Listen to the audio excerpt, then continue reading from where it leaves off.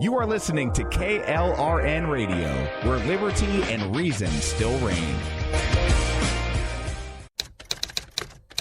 All writers are prone to becoming so attached to our characters and stories that we struggle to see why a passage may not be working. It takes another set of eyes to help us nurture our writing to full maturity. At Black Wolf Editorial Services, we strive to enable writers to develop and grow, shaping stories into masterpieces that can stand the test of time. Editing services are provided for all genres and all age categories. Services range from critiques of a short story through to line edits of a full-length novel and copy editing for those preparing for publication. We also offer assistance on generating a writer's bio for your websites, as well as help with those book blurbs and promotional material. We won't abandon you to the masses. We want to celebrate with you in your successes. Black Wolf Editorial Services, nurturing your writing into maturity. For a full list of services and prices, visit us at blackwolfeditorial.com. Individuals and businesses with tax problems, listen carefully. Do you feel like you're losing control over your finances? If you owe over $10,000 in back taxes or have unfiled tax returns, we can help you take back control. The IRS is the largest and most aggressive collection agency in the world, and they can seize your bank account, garnish your paycheck, close your business, and file criminal charges. Take control of your tax problems now by calling the experts at Tax Mediation Services and take advantage of the Fresh Start program and new laws that may allow us to negotiate a settlement for the lowest amount possible. Our team of tax attorneys and enrolled agents can stop collections and get you protected so you can take control of your financial future. Tax Mediation Services is accredited by the Better Business Bureau. Call now for a free case review and a price protection guaranteed quote. Call Tax Mediation Services now at 800-610-9050. That's 800-610-9050. 800-610-9050. KLRN Radio has advertising rates available. We have rates to fit almost any budget. Contact us at advertising@klrnradio.com.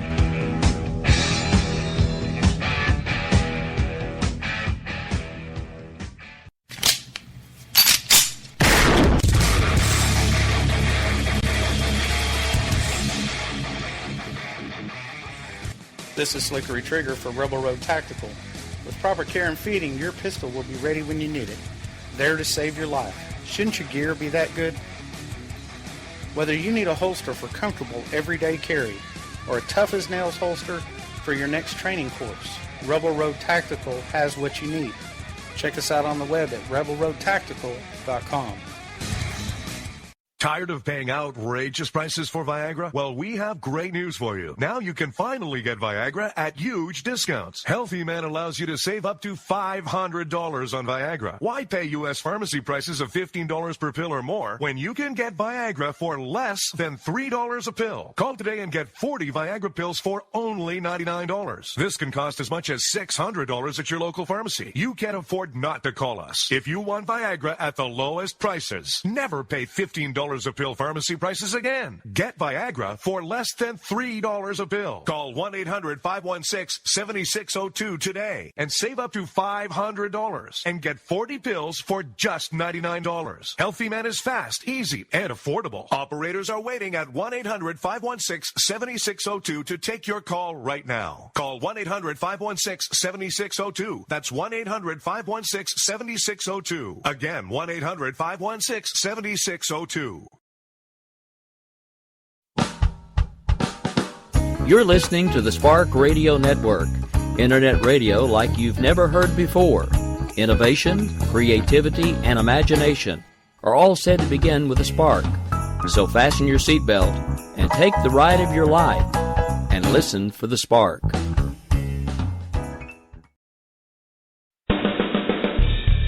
They say we offer simple answers to complex problems. Well, perhaps there is a simple answer. Not an easy answer, but simple.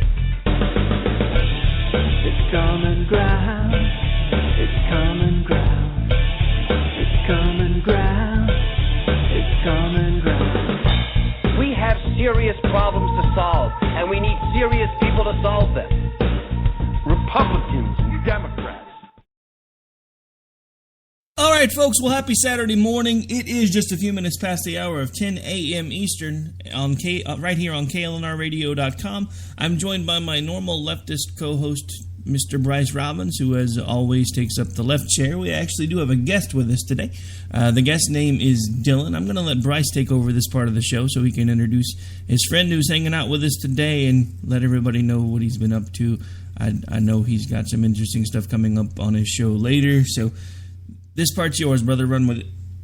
All right, so I'm joined today by my friend Dylan, lifelong friends, actually since 7th grade. I lied, because he used to actually hate me before that, and I never knew why. In fact, one time when we were little, I saw him in the local Target, and I waved to him. He just didn't look at me.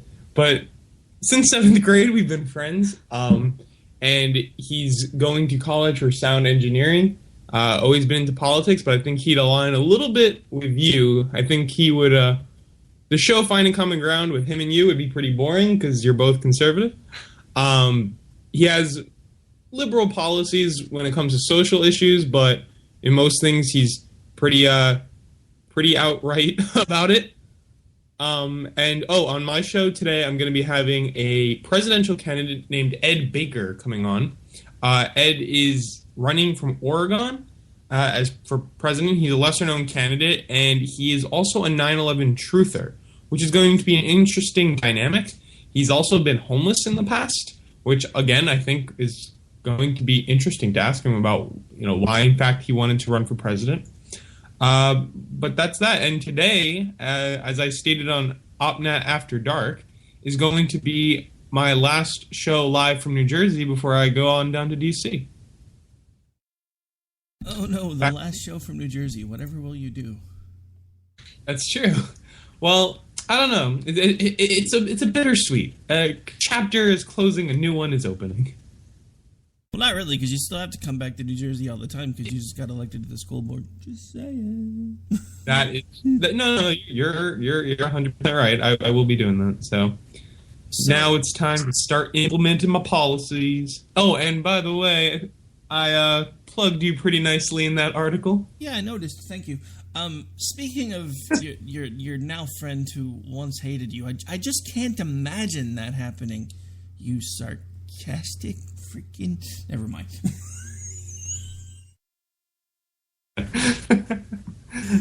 Yeah, no. Any reason why you hated me, Dylan? I don't know. I think I just jumped on the train like everyone else. See, there you go. He just jumped on the train like everyone else. Did you have to mention jumping on the train? Come on now. Just saying. All right. Dylan, since you're the guest around these parts, why don't you tell folks a little bit more about yourself? Maybe, I know you're going to college for sound engineering. What are your plans on doing? What do you plan on doing with that type of stuff? Well, I'm going for music and sound recording. So I'm going to be, anything with studio work and producing music and stuff like that. But which it can also leak into video games and, movie stuff and TV show stuff. Stuff awesome. Like that. So eventually I'll see, credits rolling, and one of these days we're going to see your name on a movie score or something. That would be kind of awesome. Quite possibly. I know that guy. He was on my show 20 years ago and doesn't have any idea who I am. And I've always liked politics as well. I really got into it after this year because we took a great class where we had free reign of whatever we wanted to say about politics and all our opinions. So, Rick, when he says free reign, he means free reign. I mean, free reign. Nice. There was little that was not said in our government and politics class this year, and I think that's where Dylan really got to enjoy politics. Well, you say that like it's a bad thing. I honestly think that's a good thing, because one of the things that I had going on in my civics classes, because let's face it, you know me well enough by now. I was always a nerd. By the time I graduated high school, I had 28 social science credits. You only needed 10 to graduate, because every time I had an elective open, I found a way to put it around the social sciences. So I took a lot of government classes. I was doing things like mock trial, all of that stuff that everybody looks at and says, you did that? Yeah, I was that guy. But so anyway, one of the things that I found even way back then, I mean, we're talking at this point, I've been out of high school since I graduated in 92. So at this point, you're talking 24 years.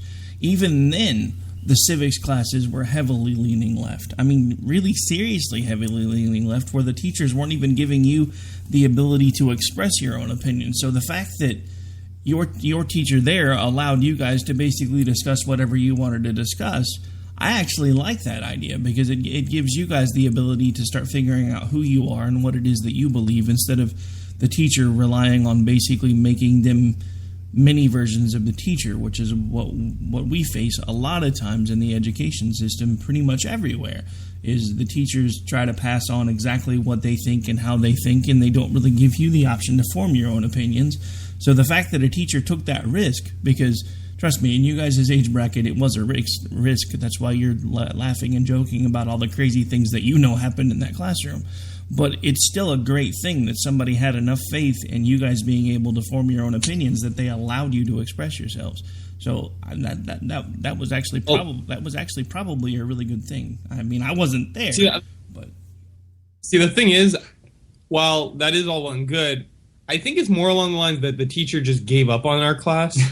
After a while, but that's okay. I mean, well, see, here I am trying to make the teacher sound like wise and wonderful, and you're just like, no, they just didn't give a crap, Rick. So yeah, she just kind of figured, you know what, they're all seniors anyways, and I don't give a crap.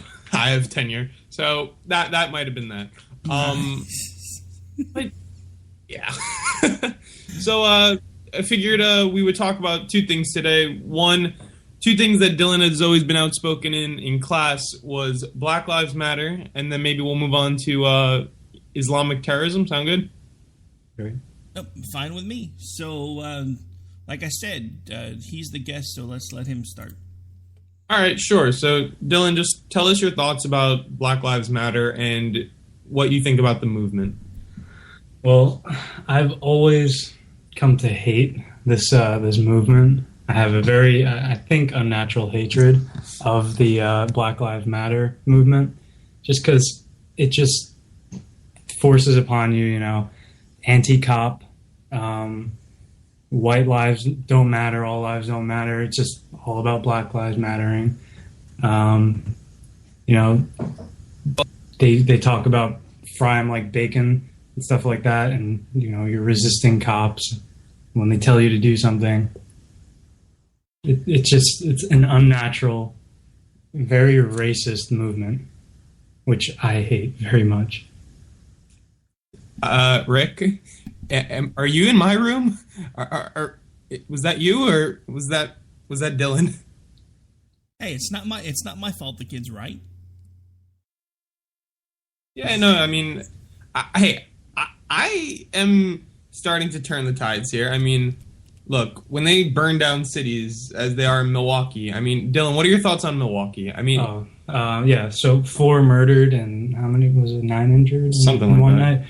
So, after they don't even get the facts, that's the best part, how they jump to conclusion without waiting for the facts, and they think justice will never come. Justice always comes to these officers. They're always going to get justice. And so they kill 9 people, but the officer was black. What is the deal with that? I can tell you the deal with that, because this is what I kept pointing out after the Dallas shooting and the other shootings where black officers were actually being killed. The majority of the black community doesn't perceive anyone wearing the white man's uniform as still a black man. And, well, I say majority, but the majority of the outspoken black community doesn't perceive anyone wearing a white man's uniform, whether it's police, firefighter, first responder, or military, as still actually being a black man. So by their own very definition, that black man was no longer a black man, and that's why they're just as mad over a black cop shooting a black man as they would be over a white cop shooting a black man, because they see no distinction.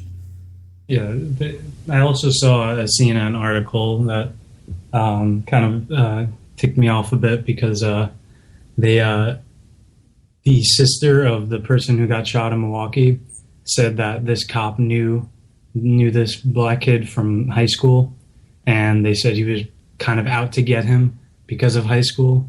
It was something ridiculously stupid like that. Well, I mean, the whole situation is crazy, and it's one of the things that I've been saying to Bryce now for weeks. You can actually go back to one of the episodes where he had me on Opinion Nation, and I kept telling him, the issue that we have here is we keep giving this very radical, very outspoken group of people press time. So the more press time they get, the crazier they're going to react. And the crazier they're going to react, the more press time they're going to get. And all it's going to continue to do is escalate. At this point, the only way to actually put out this fire is to start ignoring what it is that they're doing. Because if the media keeps covering it, it's only going to get worse. It's human nature. The more attention you get, whether it's positive or negative, the more you respond to that same attention. That's why in all the parenting books and the parenting classes and everything else, they tell you do not engage your children's negative behavior when they're younger. Ignore it, let it pass. That way they understand that that's not something that they're supposed to do, because no matter how you react to it when they're younger, they're not going to see it as positive or negative attention. They're only going to see it as attention. The hive mind mentality does much the same thing. When there is negative attention, all they realize is, hey, people are finally paying attention to what's going on with us. So we need to keep getting louder. We need to keep escalating. We need to keep making this worse because we finally have people's attention. And at least now they're finally listening. But the problem is people aren't listening. They're just watching it. Half of them are horrified. The other half are eating popcorn, and there's people dying in the middle. It's just crazy. Yeah, so, one thing that always kind of bothered me, and I've always, tried to support the idea of Black Lives Matter. Obviously, I don't support the violence, but the thing that's always bothered me the most is when I see someone like Al Sharpton, who actually, surprisingly, I haven't really heard from much lately. I don't know if you guys have noticed that either, but it just seems he's been out of the media. But anyways, it's because he's too busy dodging tax evasion. Or he should be, but he's not. Probably. But the one thing I've noticed is that when, let's say, someone got shot, a black man got shot, and it was on someone's cell phone, he is the first one to say, justice must be brought for this black man. And the problem is he is not the judge or the jury, but he gives a verdict. And it's him on media who enables, these actions. And I think it's very irresponsible. I mean, what do you think, Dylan? No, I just think Black Lives Matter. Their violence undermines their credibility. And I would agree with that. I mean, there's no acceptable manner that they're behaving. How does burning down a CVS and a gas station, how does that justify your cause? There's no justification.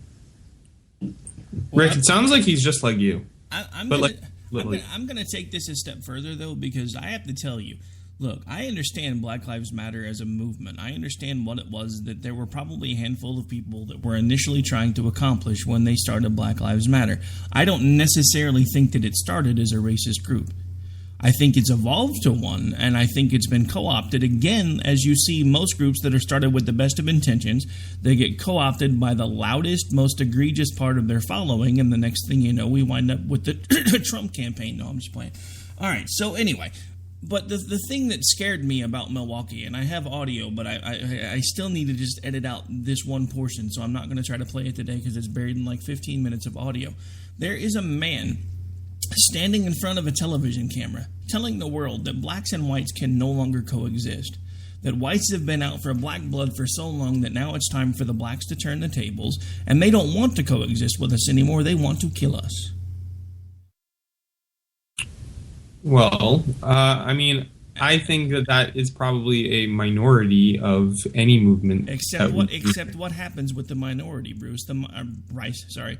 The minority are the ones that typically become the voice. Look at what happened with the LGBTQ community. It all started with the best of intentions. Now it's being run by the Rainbow Mafia.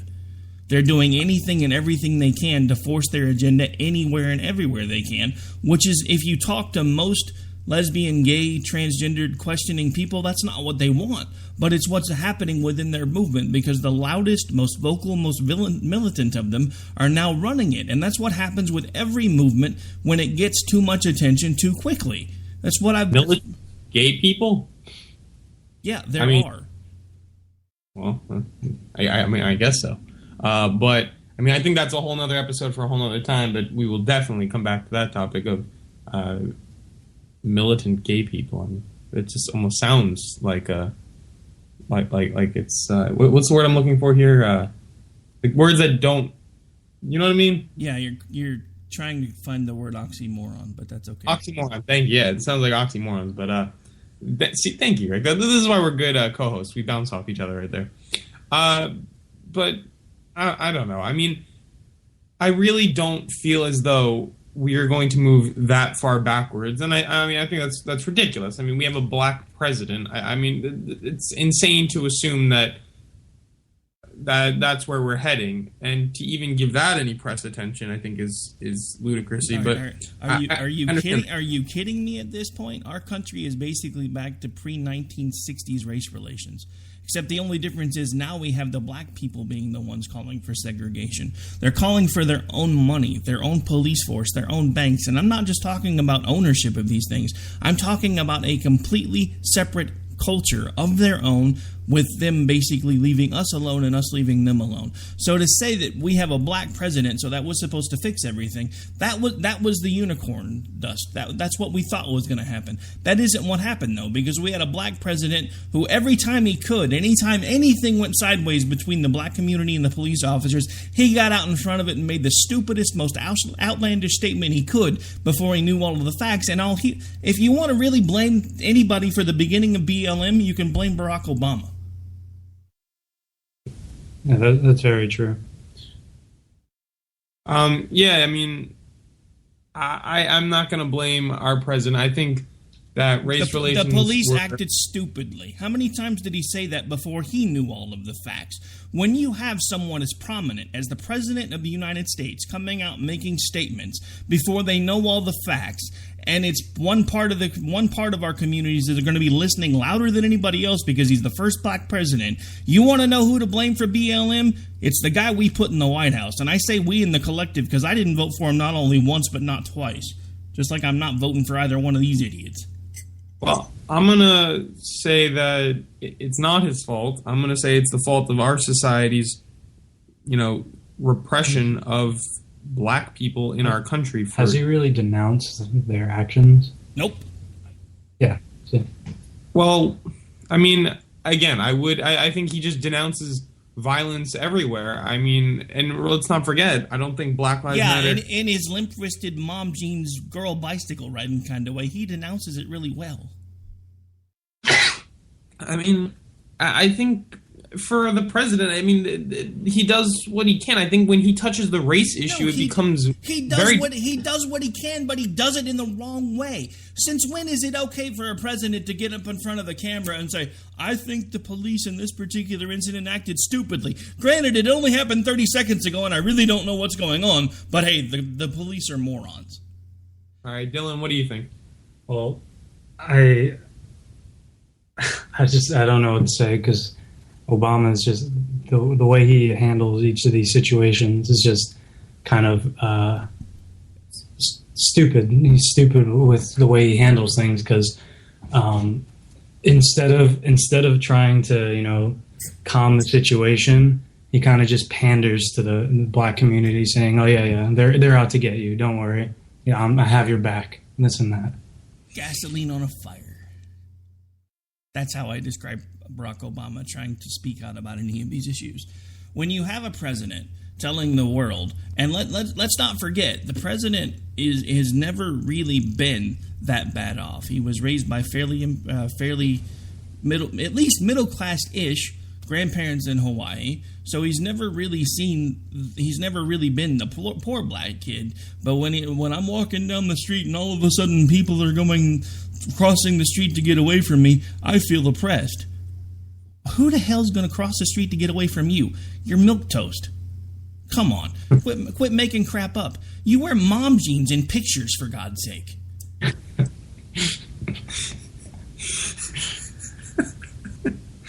right, Rick. I'm going to give you this one. That is funny, but I fucking disagree with that. All right. Wait. Can you actually disagree if you're laughing? All right. No. See, that kind of contradicts the fact that you disagree. Because what's happening right now is the little secret inside part of you is actually agreeing with me and is coming out in laughter, and then your irrational side is going, but I'm supposed to support this guy, so I have to say I disagree. Yeah. Essentially. I mean... In other words, you got owned on the air. Admit it, Junior. No, it was the milk toast and the mom jeans. That got me. I mean, and Dylan's laughing here too, and I think he's laughing because he agrees. I'm laughing because it's just. When you have to explain yourself, you've lost the argument. I have, and I guess this is a good place to either change it or move on because I can't. All right. Well, since we're already getting pretty close to the bottom of the hour, so why don't we take a break, give these two a chance to compose themselves. When we come back, we'll move to the next topic. You are listening to Finding Common Ground right here live on KLNRradio.com, where the show can be heard every Saturday morning at 10 a.m. Eastern, followed shortly thereafter by my liberal co-host going on his solo rant, with me typically having to produce and needing duct tape and earplugs. But that's all right. We'll be right back.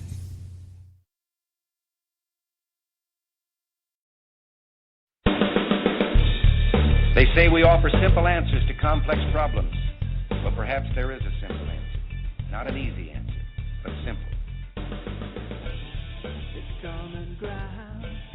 It's common ground. You're listening to the Spark Radio Network, internet radio like you've never heard before. Innovation, creativity, and imagination are all said to begin with a spark. So fasten your seatbelt and take the ride of your life and listen for the spark.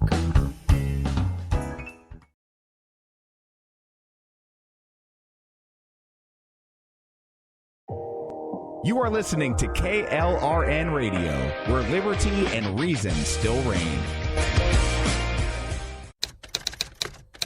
All writers are prone to becoming so attached to our characters and stories that we struggle to see why a passage may not be working. It takes another set of eyes to help us nurture our writing to full maturity. At Black Wolf Editorial Services, we strive to enable writers to develop and grow, shaping stories into masterpieces that can stand the test of time. Editing services are provided for all genres and all age categories. Services range from critiques of the short story through to line edits of the full-length novel and copy editing for those preparing for publication. We also offer assistance on generating a writer's bio for your websites, as well as help with those book blurbs and promotional material. We won't abandon you to the masses. We want to celebrate with you in your successes. Black Wolf Editorial Services, nurturing your writing into maturity. For a full list of services and prices, visit us at blackwolfeditorial.com. Individuals and businesses with tax problems, listen carefully. Do you feel like you're losing control over your finances? If you owe over $10,000 in back taxes or have unfiled tax returns, we can help you take back control. The IRS is the largest and most aggressive collection agency in the world, and they can seize your bank account, garnish your paycheck, close your business, and file criminal charges. Take control of your tax problems now by calling the experts at Tax Mediation Services and take advantage of the Fresh Start program and new laws that may allow us to negotiate a settlement for the lowest amount possible. Our team of tax attorneys and enrolled agents can stop collections and get you protected so you can take control of your financial future. Tax Mediation Services is accredited by the Better Business Bureau. Call now for a free case review and a price protection guaranteed quote. Call Tax Mediation Services now at 800-610-9050. That's 800-610-9050. 800-610-9050. KLRN Radio has advertising rates available. We have rates to fit almost any budget. Contact us at advertising@klrnradio.com.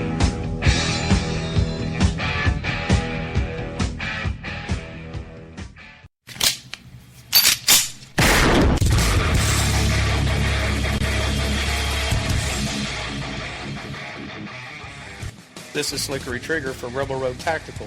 With proper care and feeding, your pistol will be ready when you need it, there to save your life. Shouldn't your gear be that good?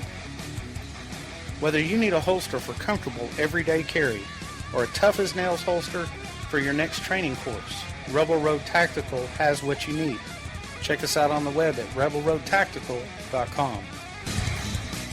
Tired of paying outrageous prices for Viagra? Well, we have great news for you. Now you can finally get Viagra at huge discounts. Healthy Man allows you to save up to $500 on Viagra. Why pay U.S. pharmacy prices of $15 per pill or more when you can get Viagra for less than $3 a pill? Call today and get 40 Viagra pills for only $99. This can cost as much as $600 at your local pharmacy. You can't afford not to call us. If you want Viagra at the lowest prices, never pay $15 a pill pharmacy prices again. Get Viagra for less than $3 a pill. Call 1-800-516-7602 today and save up to $500 and get 40 pills for just $99. Healthy Man is fast, easy, and affordable. Operators are waiting at 1-800-516-7602 to take your call right now. Call 1-800-516-7602. That's 1-800-516-7602. Again, 1-800-516-7602. You're listening to the Spark Radio Network, internet radio like you've never heard before. Innovation, creativity, and imagination are all said to begin with a spark. So fasten your seatbelt and take the ride of your life and listen for the spark.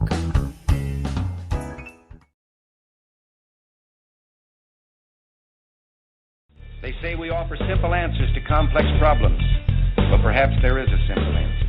Not an easy answer, but simple. All right, folks, we are back. We are live into the last half of the show already. My, oh my, where does the time go? All right, so we have Bryce as usual. We have a guest co-host, Dylan, who's actually kind of a mini-me from what I've heard so far, which could be interesting. We should have you on Off the Rails sometime. That could be fun. All right, so you did mention that you wanted to cover two topics. I think we have kind of beat Black Lives Matter to the point where there's just not really too much more we can say about it. So let's move on to the second topic, sir. What else did you have for us today? Well, first I just want to say that I feel as though you found the new way to beat me is just with comedy, so I hate you. Second, Dylan's been pretty outspoken about radical Islamic terrorism, and I don't know if this is where you might start to dislike Dylan, but I think he's on the Trump train. So maybe he wants to defend himself on that, and you can talk about how you're a Republican and learn to hate Trump. I mean, so just to clarify, first of all, I don't disparage anybody having a different opinion than I do. So I'm not gonna hate anybody unless, of course, it's you, Bryce, because we've known each other long enough that we can get away with it now. Now, as far as Islamic terrorism, I'm interested to hear Dylan's thoughts on that, because it may be somewhere where we do disagree a little bit, but I'd kind of like to let him give his point of view on that and then kind of maybe figure out where we're different, because I think he may be to a point where I came from when all of this started about 6-7 years ago, when it really got super prevalent, because at some point I was pretty much opposed to anybody who was Islamic, and then I started kind of looking into things and realizing that things may not always be as they appear. As far as Trump, if we have time, we can get into that, but I don't really want to talk about him much today, but we can if we need to. So let's start off with the Islamic stuff. Dylan, if you don't mind, I'm going to turn the mic over to you, kind of let you give a brief overview of your thoughts on that, and then we will discuss. Well, I don't have a problem necessarily with Islamic people. You know, I have friends who are Muslim and everything. I just find the whole the extremist part of Islam that just disgusting. Pretty much, I think it's a horrific religion, that part of the religion that they're following, because they're following the very violent part of the Quran, right? So, and what I also don't like is the whole open door policy in Europe and everything. That I think we're starting to implement that, right? More or less, yeah. So I don't like that, because crime rates, pretty much Europe is going down the shithole. Europe is just starting to go down the toilet just because of all these refugees they're bringing in that are bringing in so much crime, bringing in so much rape. Europe is what, the rape capital of the world now? I forget what European country. And, it's odd to see that over 70% of Syrian refugees are men, very military-age men who are coming alone as well, which is very odd. And it's just a puzzling thing that people can sympathize with these refugees that we know nothing about. Well, I mean, they haven't, yeah. Well, I mean, as far as sympathizing with refugees, I think a lot of that has to do with the title. When people hear the word refugee, they don't think about military-age men coming over by themselves. They think of families and children and people in rafts and tattered clothes, and then you see the pictures of people that are all basically mostly male, between the ages of about 18 and 34, in fairly good health with decent clothes on, and you're like, these really don't fit the definition of refugee. Now, I will tell you that I disagree with a lot of the open door policy that we seem to be implementing, but I also disagree with how Trump says he's going to fix it, because there are ways to deal with this without building a wall that honestly probably is never going to happen. What's annoyed me about the Trump policy so far is when it comes to the wall, first it was going to be a physical wall, then it was going to be a 100-foot high physical wall, and then it was going to be, well, it'll be mostly virtual, which goes back to a lot of things that the other candidates were already talking about, because with the technology that we have today, we have the ability to track these people much better than we do.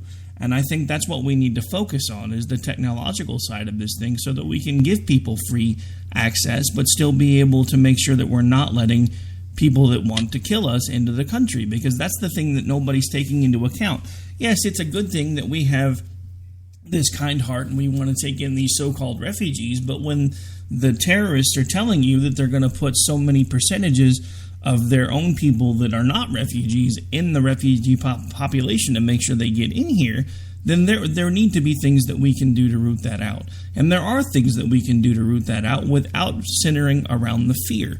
What I don't like about the Trump campaign, and even in some respects the Clinton campaign, is they're both running in a spirit of fear. Because they keep using the same phrases. Vote for me because I'm better than that one. No, they're not. They're equally just about as bad for the country as the other. They're just bad for the country in different ways. Donald Trump is giving voice to the alt-right movement, which in my opinion is as bad, if not even a little bit worse, than the Black Lives Matter movement that Hillary Clinton is firmly ensconced with. For the first time ever, we have two major political parties both ensconced in our own homegrown version of terrorist groups, and nobody's saying, how did we get here and what are we going to do to fix it? It's vote for me because I'm the Republican, or vote for me because I'm the Democrat. Honestly, I don't think either one of them are Republicans. I'm not sure if either one of them fits the mode of a Democrat either. But what I can tell you is, from what I've seen of his behavior, I don't think he intends on becoming president, because every time Hillary Clinton does anything that puts her in a bad light with the press, he comes riding out from the right field, jumps on the grenade and keeps on going, and nobody's talking about her anymore. So my issue with all of it is, there are ways to fix this without making it about fear and without making it about a physical wall that everybody knows is not going to happen. McCain ran on the same general idea after he lost in 2008. He ran on the same idea in Arizona, and he was losing, so he started saying, vote for me and I'll finish the fence.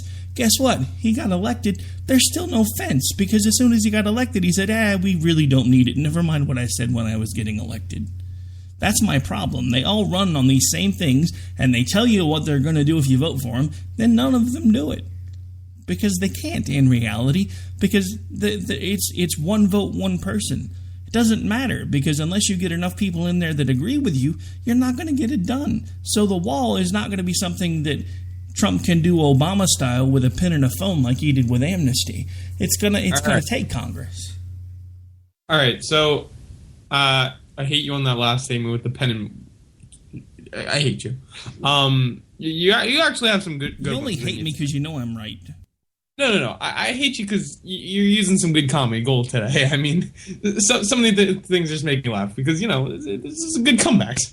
But, I don't know, Dylan, did you have something else to say on that? Well, with the whole the Trump thing, I mean, I think he genuinely cares about the well-being of our country, and I don't think he's in the wrong saying, ban Muslims temporarily until we find the problem, because the FBI even told the president, right? He told the president that we cannot take refugees in because our vetting process is not up to date. We were not able to vet these Muslims, and now even Brazil is closing their borders to Syrian refugees, and now Obama is being urged to double the refugee intake. Well, I think that says his opinion, but I just feel as though I mean, aren't we the country of we'll take your poor, you're sick, you're tired, you're hungry? I mean, isn't that But they're trying to kill us. I mean, I don't know. You don't even know anything. You don't even know about the woman either. The woman can be radical. I mean, she converted the guy to radical. San Bernardino? San Bernardino, yeah. Yeah, no, I know it's possible, but I mean, if we just look at, for example, that little boy who was just pulled from the rubble, like these are things like it's a sob story that the CNN loves to just throw in your face. I feel bad for these people. Yes, I feel bad, but I want to keep my country safe. That's true. I mean, I think that the solution is, taking in children and their mothers first, and then building in a safe zone in Syria.